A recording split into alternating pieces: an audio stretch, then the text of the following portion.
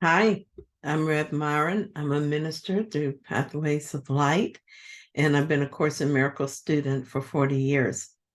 I'm going through the text again this year.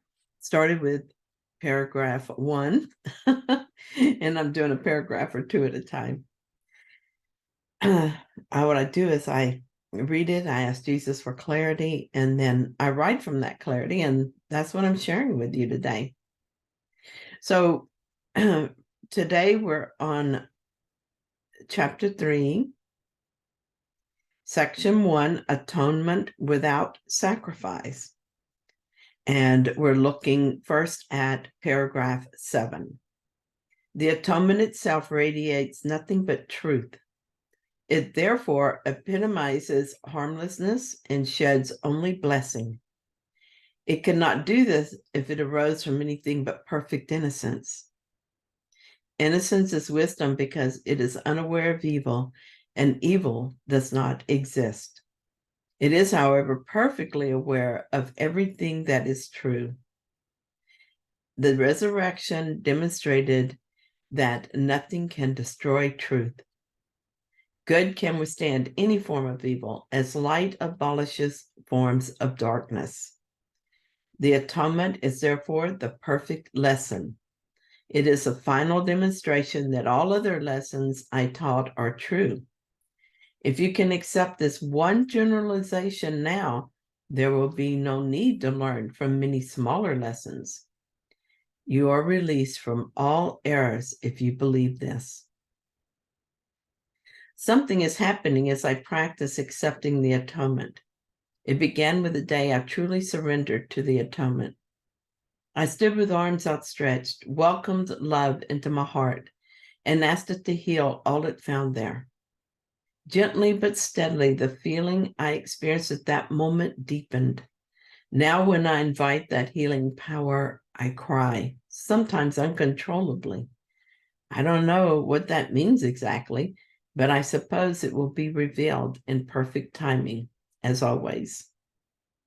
The atonement is truth and innocence. It is the only thing here that is real, and it is unaffected by our illusions. It doesn't acknowledge anything that is not real, so it is like a light being switched on in a dark room. All that is not light simply is not there anymore. And this is exactly what it feels like when I accept the atonement in a particular situation. A light goes on, and my dark thoughts are gone.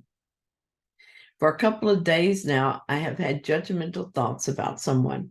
I went through the usual nonsense of pushing the thoughts away, trying not to notice them. Then when this didn't work, I asked for healing. But the problem didn't seem that urgent, as no one was being affected by my unexpressed thoughts, I thought. Well, no one but me, and I was pretending that wasn't happening. Actually, we affect the entire sonship. Finally, this morning, when I sat down to do today's study, I asked Jesus to be with me, to tell me what he wanted me to know from this paragraph. He pointed me toward that judgmental thought I had been trying to ignore. Once again, I made a half-hearted attempt to let it go. That is, I tried to let it go through my own efforts. I saw that this was not working. Big surprise there. So I told Jesus that I could not do this myself and needed help. I said, "Here I am, God. I think this person is guilty, so I open my heart to you. Please send me your love into my heart and heal the guilt that is there." I noticed that as I envisioned the person I was projecting guilt onto, I felt a heavy sadness to see what I was doing to this dear brother. Once again, I cried as the light shone away the dark thoughts of guilt. It was instant and complete. In the past, when I noticed a thought that was not true, I tried to trivialize it if possible, pretending that it was a small, unimportant matter. Then I tried to bat it away, to bury it more deeply in the mind where I wouldn't notice it, or to throw it out of my mind onto someone else so it would seem as if it was no longer mine. But there is no violence in atonement. It does not fight back evil. It simply radiates truth and innocence. and is mine for the asking. Well, actually, it's mine for the acceptance of it. First, I notice the atonement is needed. Then I ask for the atonement, but then I must accept it. Sometimes I take the first two steps, call it a day, and walk away from it. Then I wonder why this problem keeps coming back. This practice of accepting the atonement is leading me to total acceptance. Jesus says this: if you can accept this one generalization now, there will be no need to learn from many smaller lessons. So the daily practice is helping me to generalize the lesson. I'm learning that the atonement is a solution activated by Jesus so that we can all join him in awakening. Through using the atonement every chance I get, I am learning that it works and nothing else does. I'm being awakened to the memory of peace and love and joy. At some point, the lesson will be generalized. And when this happens, it's done. There'll be no more small lessons because I will be released from all errors. Paragraph 8 says, the innocence of God is the true state of the mind of his Son. In this state, your mind knows God, for God is not symbolic. He is fact. Knowing his Son as he is, you realize that the atonement, not sacrifice, is the only appropriate gift for God's altar, where nothing except perfection belongs. The understanding of the innocent is truth. That is why their altars are truly radiant. So I am innocent because God is innocent. I know myself as innocent and my brother is innocent, so I know God. Here's a sentence I'm drawn to in this paragraph. God is not symbolic. He is fact. I will know this as I continue to accept the atonement and thus see myself and everyone as innocent. I'm happy to know as I read this paragraph that I'm innocent, that God does not want my sacrifice, and that what he does want instead is that I accept the atonement. This is so simple and so possible that I feel elated when I think about it. I'm happy at the thought that all day today, I'm going to watch for the opportunity to accept the atonement in whatever situations arise. I do realize that there's a part of my mind that simply does not believe in my innocence. This part of the mind, the ego, is convinced that I'm very guilty and that my only chance of survival is to avoid God. When I focus on this part of the mind, I believe in my guilt, and it can be hard to let the belief go. In a weird circular way, it seems like my guilt is the only thing protecting me from an angry, vengeful God. If I don't feel guilty, the ego says, I will foolishly turn to God and he will destroy me. If the ego would only use these words, I would easily turn from the guilt because it makes no sense. But that's not the way it happens. I feel a surge of anger when someone offends me in some way. I feel guilty for the anger, and I feel guilty that I felt offense in the first place. The whole situation makes me feel guilty, so the ego confirms my guilt.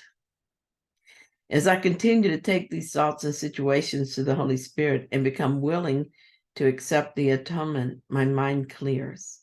I realize that guilt is in my mind and is then projected outward as a story of Myron being offended and feeling righteous anger. I feel all the anger and guilt melt away, and I know that nothing really happened. Guilt, which does not exist, was projected onto a world that does not exist. The person I accused is innocent. I'm innocent. We are innocent because nothing happened. Nothing could happen because we're innocent. We're innocent because God is innocent, and he created us like himself. This is where the atonement brings me every time. I've been writing about how I'm learning that pain is not real, and neither are suffering and death. This is still an idea I'm working with. I accept the atonement each time I feel pain or suffer or believe in death. As I place these beliefs on the altar, I continue to ask for the atonement, and I accept it to the degree I can do so now. I'm chipping away at the belief and watching it crumble. One day it occurred to me that I can apply this same process to another stubborn belief. I spent most of my life, my adult life anyway, trying to control my weight. Just reading that sentence tells me where the problem lies. I'm trying to control the body as if I were its victim, and it's as if the body had a mind of its own that was in opposition to mine. Well, that's pretty funny, but obviously I still believe it. I told the Holy Spirit that I was willing to accept the atonement in this situation. I'm willing to let go of the belief that I am a victim of this problem. I'm willing to let go of the idea that there is a problem to begin with. It is time to end this war with the body. I want to be healed. I approach this in the same way I do any false idea. First, I accept that I do not know what any of this means. I don't know how it will unfold and what it should look like. Then I pay close attention to my thoughts about it. I notice which thoughts are not true. Most of them, as it turns out. And I ask of the atonement. I ask that love come into my mind and heal every error there. I give all the willingness I have to accept that healing. And so I chip away at the belief that has hardened my mind over a lifetime, and it's giving way. Here's the surprise. I have so much guilt around the idea of body weight and seem to be willing to believe this guilt is real. I believe that God will ask for a sacrifice for this healing, that he will ask me to give up my hope for a slim body. I bargained with him as I agreed to a bigger, but not the biggest body. Geez, I have to be honest. I'm not only surprised, but somewhat discouraged to find these thoughts in my mind. This is all just so silly, but there you have it. Another very stubborn false belief is that food, which doesn't really exist, can affect the body, which doesn't really exist. It seems to do so in ways that the mind does not want, and that the mind has little control over the choices being made. Really? Is the mind victim to the body's appetites? Can I not control the mind's decisions about food choice? Who is this I, and how could it be that I have no control over my choices? This is so crazy, I can hardly believe that I fall for this. And yet, as I watch my mind, I see that sometimes it is true. The ego says that this is just too confusing and too hard. It counsels me to let it all go and return to dieting. I have a really good handle on dieting after all these years, and I should stick with what works. But I'm not listening to the ego. This is not confusing, and it is not hard. The only thing that is happening is that I'm believing a bunch of untrue thoughts. The solution is the atonement. I have accepted the atonement before, know how to do this, and am convinced it works. I feel so happy and so free when I accept the atonement that I'm highly motivated. In fact, I'm excited for another opportunity to remember my innocence. By the way, I wrote this some time ago. I reread it before using it. And when I got to the part where I discovered all those untrue thoughts about food and body and weight, I just cracked myself up. They are hilarious. Thank you so much for sharing this reading with me. I hope that you found it helpful. If you did, then please like it. And if you haven't yet, please subscribe. And thank you to those who have subscribed already. I so appreciate it. I'll be back tomorrow with another reading. See you then.